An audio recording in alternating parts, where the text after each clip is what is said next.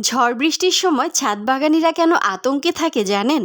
কারণ তাদের শখের গাছের ফলগুলো যেন ঝরে পড়ে না যায় সেই কারণে। গত রাতে খুব ঝড় হয়েছিল। সারাটা রাত যে কতটা আতঙ্কে পার করেছি একমাত্র আমি নিজেই জানি। আমার অনুমান যে ভুল হয়নি তার প্রমাণ এখনই দেখাচ্ছি।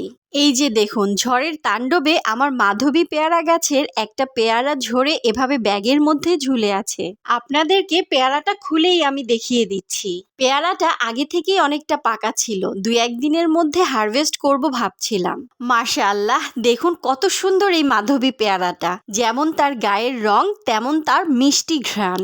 মহান আল্লাহর শুকরিয়া, যতই আদায় করব কম হয়ে যাবে। আমাকে এত সুন্দর একটা ভালো জাতের গাছ দেওয়ার জন্য নার্সারিওয়ালা মামাকে আজই গিয়ে ধন্যবাদ দিয়ে আসবো ইনশাআল্লাহ।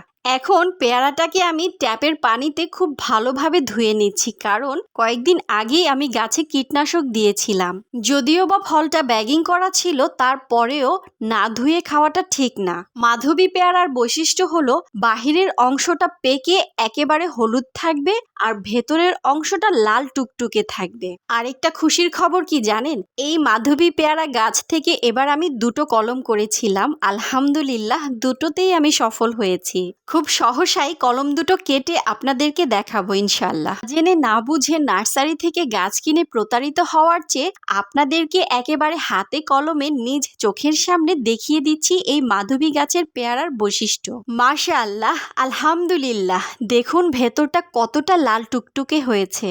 আপনারা যদি কেউ এই মাধবী পেয়ারার কলমের চারা নিতে চান তাহলে স্ক্রিনে দেওয়া নাম্বারে যোগাযোগ করতে পারেন।